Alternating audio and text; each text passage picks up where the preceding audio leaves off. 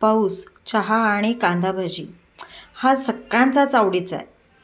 पण आज आपण फक्त कांदा भजीच नाही करतोय, तर त्याच्यासोबत आपण छोटासा त्याला ट्विस्ट दिलेला आहे आणि कांदा भजी कसे करायचे ह्याचीसुद्धा मी ट्रिक्स सांगते आहे. तर चला तर आपण सुरुवात करूया कांदा भजी. तर यासाठी सर्वात प्रथम आपण कांदे घेतले, तांदळाचं पीठ, बेसन, मिरची, कोथिंबीर, जिरे, ओवा, हळद, लाल तिखट, अख्खे धने आणि मीठ. चला तर मग आपण सुरुवात करूया. या ठिकाणी आपल्याला कांदे हे उभे चिरून घ्यायचेत. अगदी पातळ असं नाही केलं तरी चालेल, पण उभे चिरून घ्या कांदे आणि त्यामध्ये मीठ घाला. मीठ घालून कांद्याला अगदी चांगलं चोळून घ्या. आणि जेव्हा आपण चोळून घेतो तेव्हा त्याचे सगळे हे पदर सुटतात. मिठामुळे त्याला पाणी सुटतं, त्यामुळं त्याला चांगलं मीठ चोळून घ्या. पण पाहू शकता इथं पाणी सुटलं आहे. त्यानंतर आपण एक खलबत्त्यामध्ये अख्खे धने घेतलेत. अख्खे धने आपल्याला पावडर करायची नाही आहे, तर त्याची जाडसर अशी भरड करायची आहे. अगदीच बारीक नाही करायचं आहे. इथे आपण पाहू शकता आपल्याला जाडसर अशी भरड ठेवायची आहे. त्यानंतर ही जी भरड आहे ते कांद्यामध्ये घालून घ्यायची आहे. त्यानंतर आपल्याला ओवा घ्यायचा आहे. ओवा हे आपल्याला हातावर असं चांगलं चोळून घ्यायचं आहे, कारण जेव्हा आपण दोन्ही हाताने ओवा चोळतो तेव्हा त्या गरमीमुळं त्याचे ॲरोमा जे आहेत ना ते बाहेर पडतात. आणि त्यानंतर आपल्याला जिरेही तसंच हातावरती चोळून घ्यायचं आहे आणि ते जिरेही त्यामध्ये आपण इथं टाकतो आहे. त्यानंतर जिरे, ओवा आणि धने हे आहे परत त्याला आपल्याला कांद्याला चोळून घ्यायचं आहे. बघू शकता आपण या ठिकाणी त्याला कांद्याला चांगलं बऱ्यापैकी इथं पाणी सुटलेलं आहे.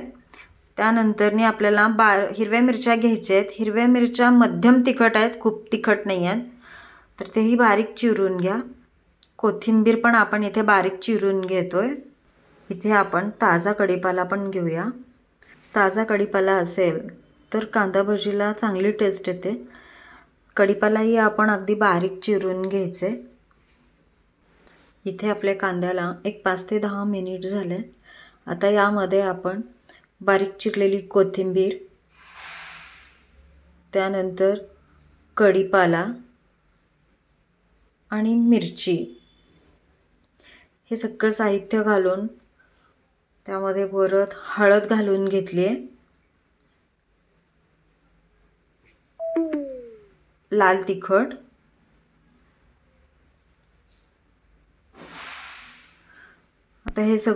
आता हे परत सगळं साहित्य आपल्याला व्यवस्थित मिसळून घ्यायचं आहे. आता यामध्ये आपल्याला तांदळाचं पीठ घालून घ्यायचं आहे. आपण इथे 2 चमचे तांदळाचं पीठ घेतलेलं आहे. तांदळाच्या पिठाची त्या कांद्याच्या ह्याला म्हणजे व्यवस्थित कोटिंग झाली पाहिजे. हे पाहू शकता तांदळाच्या पिठाची चांगली कोटिंग झालेली आहे. आता यामध्ये आपल्याला बेसन घालून घ्यायचं आहे. एकदमच बेसन नाही घालून घ्यायचं, जर गरज वाटली तरच घालून घ्यायचं आहे, कारण आपण एक्स्ट्रा पाणी नाही वापरत आहेत. वापरलं तरी अगदी थोड्याशा प्रमाणात. इथं पाहू शकता आपण फक्त त्या कांद्याला जे पाणी सुटलं आहे तर त्यामध्येच तेवढं. तर हा राहिलेला पण बेसन यामध्ये आपण घालून घेऊ.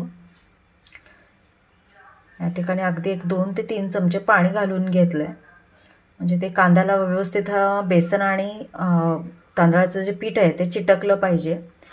जर आपल्या घरी जर तांदळाचं जर पीठ नसेल तर त्या ठिकाणी आपण ज्वारीचं पीठ देखील घेऊ शकतो. त्याने सुद्धा कांदा भजी क्रिस्पी होतात. या ठिकाणी आपण तेल घेतलं आहे आणि असे आपण छोटे छोटे कांदा भजी घालून घ्यायचे. गॅसची फ्लेम मध्यम ठेवायची आहे, जास्त हाय पण ठेवायचं नाही आहे आणि जास्त लो पण ठेवायचं नाही आहे. आवडत असेल तर 2 मिरचीही तळून घ्या. त्यानंतर मेन जे ट्विस्ट आहे ते आपण जे डिपिंग बनवतो आहे ते सगळ्यात युनिक आहे. त्यासाठी आपल्याला 2 चमचे आपण सॉस घेतलो आहे, केचप घेतलो आहे.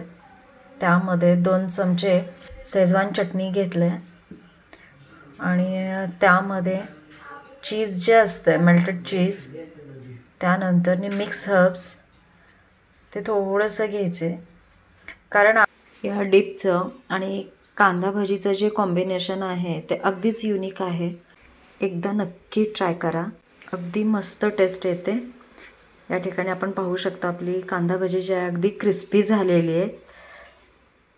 मोस्टली कांदा भजी जी आहे ती केचपसोबत किंवा एखाद्या ग्रीन चटणी असेल तर याच्यासोबत सर्व केली जाते. पण ही जी आजची जी डिपिंग आहे तुम्ही यासोबत नक्की ट्राय करा. इथे तांदळाच्या पिठाला सबस्टिट्यूट म्हणून आपण ज्वारीचं पीठ देखील घेऊ शकतो. आणि नेहमी जेव्हा आपण कांदा भजी करतो तर कांद्याला मीठ लावून एक 10 मिनिट ठेवून नंतरनी जर आपण केलं तर अगदी क्रिस्पी होतात. चला तर मग ही रेसिपी नक्की ट्राय करा.